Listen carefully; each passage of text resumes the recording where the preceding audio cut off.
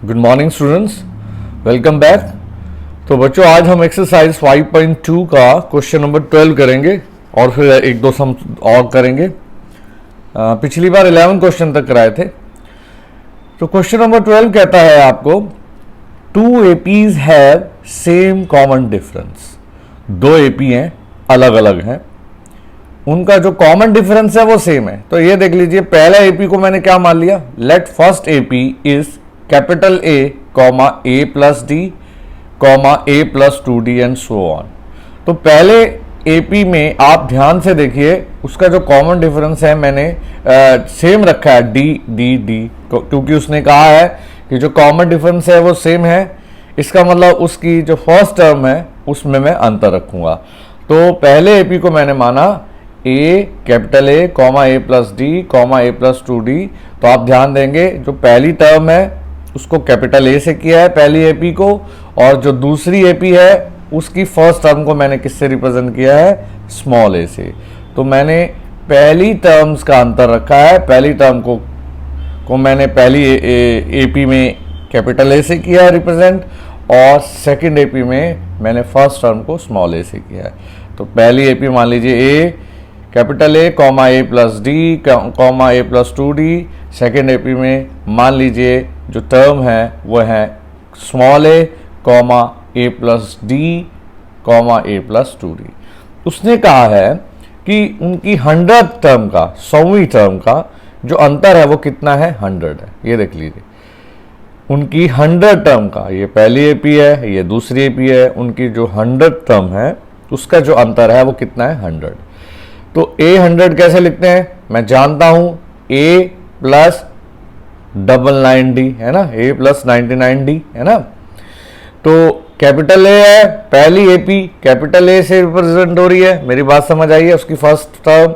तो इसको लिखेंगे कैपिटल ए प्लस 99d, बीच में माइनस। उसके बाद ए 100 यानी दूसरी एपी जिसको स्मॉल ए से रिप्रेजेंट कर रहे हैं, जिसकी फर्स्ट टर्म को, तो हम कैसे लिखेंगे ए प्लस 9 यानी ए प्लस 99d, और ये इज इक्वल टू 100 तो है। एक बार फिर देख लीजिए, 100 टर्म ये ए प्लस 99d पहली एपी की, और दूसरी एपी की 100 टर्म कैसे लिखी, स्मॉल ए प्लस 99d। उनका अंतर कितना है, 100। ब्रैकेट ओपन किया, A plus 99d minus A plus minus minus 99d, 99d से 99d क्या आया, 99d से 99d क्या है, कैंसिल हो गया। तो ये क्या हो गया, capital A minus small A is equal to किसके बराबर आ गया, 100 के। तो capital A minus small A किसके बराबर आया बच्चों, 100 के। तो उसको क्या लिख दिया, 1। अब उसने कहा है बताइए इसकी 1000वीं टर्म क्या होगी। उसकी 1000वीं जो टर्म है उसने ये पूछा है कि बताइए what is the difference between their 1000 term. उसकी 1000 टर्म का जो अंतर है वो क्या होगा, 1000 टर्म का अंतर क्या होगा। तो पहले तो उसने 100 टर्म का अंतर दे दिया था 100, उससे मेरे पास ये निकल गया small A minus capital A minus small is equal to 100। फिर उसने कहा बताइए उसकी 1000 टर्म का अंतर क्या आएगा। तो 1000 टर्म कैसे लिखते हैं, ए प्लस 999d, फर्स्ट एपी को capital A plus 999d minus ये वाली ये सेकंड एपी की 1000 टर्म कैसे लिखेंगे, स्मॉल ए प्लस 999d। बात समझ आ गई होगी। तो bracket open, bracket minus A plus minus minus, ये फिर ये कट गया है ना, 999d और प्लस है और एक माइनस है। तो क्या हुआ बेटे, capital A minus small A. Capital A minus small A की वैल्यू फ्रॉम 1, ये लिख लिया देखो मैंने, फ्रॉम 1 क्या है मेरे पास, 100 है। तो ये ए माइनस ए क्या लिख दिया, 100। तो इसका मतलब इसकी जो 1000वीं टर्म है उसका अंतर भी क्या आ गया, 100। देख लीजिए एक बार, कहता है दो एपी है, दो एपी में पहली एपी में जो अंतर उनका जो सेम है, तो A plus D A plus 2d, लेकिन पहली एपी को कैपिटल ए से लिखा, दूसरी AP A plus A comma A plus D plus comma A plus 2d, लेकिन उसकी जो फर्स्ट एपी है उसको स्मॉल ए से किया। कहता है उसकी 100 टर्म का अंतर 100 है, 100 को ए प्लस 99 लिखते हैं, ए प्लस 99, लेकिन इसको कैपिटल ए से, कैपिटल ए और ये स्मॉल ए ये रह गया, ये कट गया। तो कैपिटल ए क्या था, first term of first AP, small A क्या था, फर्स्ट टर्म और सेकेंड AP, है ना, ये कट गया, ये आ गया, इसको 1 किया, उसने कहा बताइए उसकी 1000वीं टर्म का अंतर क्या आएगा, ये रहा 1000वीं टर्म को ऐसे लिख दिया, A + 999D minus A + 999D, उसको कैपिटल A, इसको स्मॉल A, ये कट गया, A - A की वैल्यू क्या है 100। अब देखिए, अब वो ये कहता है बताइए नेक्स्ट क्वेश्चन नंबर 13 में कहता है कि 3 डिजिट वाले वो नंबर कौन से हैं, वो कितने नंबर बनेंगे जो 5 से डिवाइड होते हैं। तो 3 डिजिट नंबर वाले, how many numbers are there which are divisible by 3 digit number, how many 3 digit numbers are there which are divisible by 5। 5 से डिवाइड होने वाले 3 अंकों वाली संख्याएं हैं। तो 3 डिजिट कहाँ से स्टार्ट होता है बेटा, 3 डिजिट स्टार्ट होता है 100 से, क्योंकि अगर 99 करेंगे तो वो 2 डिजिट बन गए, और ठीक है ना, तो अगर 100 करेंगे तब बनेगा 3 डिजिट, और कहां पे खत्म होगा, जाके खत्म होगा 999 है ना। लेकिन क्योंकि अगर हम 1000 करेंगे तो वो 4 डिजिट वाली बन जाएगी। तो जो 3 अंकों वाली संख्या है, 3 डिजिट नंबर है, वो कहां से स्टार्ट होती है 100 से, और कहां पे खत्म होती है 999 पे खत्म होती है। तो उनके बीच में कहता है जो 5 से डिवाइड होने वाली जो नंबर हैं वो कितने बनेंगे। तो मैं 100 करता हूँ, 101, 102, 103, 104, 105। तो 105 आप देखेंगे ये किससे डिवाइड होता है 5 से, है ना, नहीं 5 नहीं, सॉरी ये 5 नहीं है इसमें, मेरे ख्याल ये है मेरी किताब नहीं है मेरे पास, ये 7 से डिवाइड होने के लिए, ये मैं दोबारा रिपीट कर रहा हूँ क्वेश्चन एक बार आपको, मैंने 5 से बोल दिया गलती से। इसमें कहता है ऐसी 3 डिजिट जो अंक 3 डिजिट नंबर वो कौन से बनेंगे जो 7 से डिवाइड होने वाले हैं। तो 3 डिजिट नंबर 100 से स्टार्ट होता है, 999 पे ख़त्म होता है, उसके बीच में ये 105। तो ये 105 7 से डिवाइड होने वाला है, देख लीजिए, है ना। अब नेक्स्ट कौन सा आएगा 112, ये भी 7 से डिवाइड होने वाला है, 119 है ना, ये भी 7 से डिवाइड होने वाला है, एंड सो ऑन। फिर क्या आ जाएगा 994। 994 अब पीछे से लेंगे तो 999, 998, 997, 996, 995, 994। अब इसको 7 से डिवाइड कीजिए, ये देखेंगे आप, ये 7 से डिवाइड हो जाएगा, ठीक है ना। तो ए क्या बना इस AP में 105, और कॉमन डिफरेंस कितना बना 112 माइनस 105 कितना बना 7, ठीक है। अब आप देखेंगे इसकी लास्ट टर्म यानी nth टर्म कितनी है, an = 994।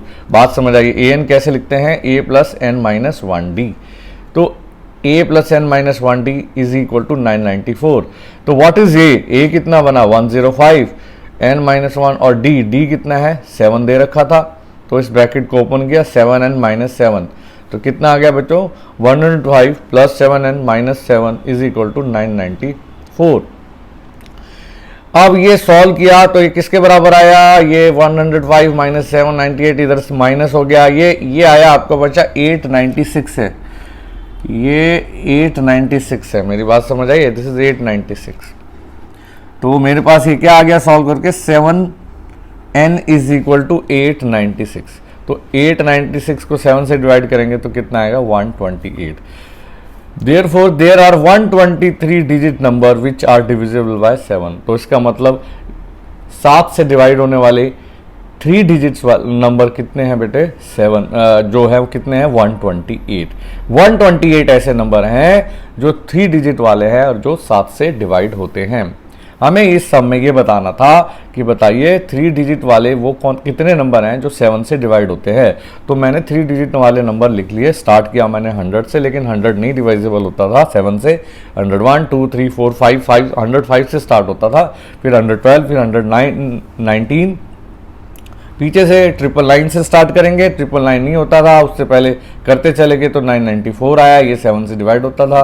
तो इसका मतलब A कितना आया 105, D कितना आया 7, लास्ट टर्म आप देख रहे हैं 994 है, an = 994 लिखा, A और D की वैल्यू मैंने रख दी और उसके बाद मैंने सॉल्व किया, n की वैल्यू कितनी आई 128।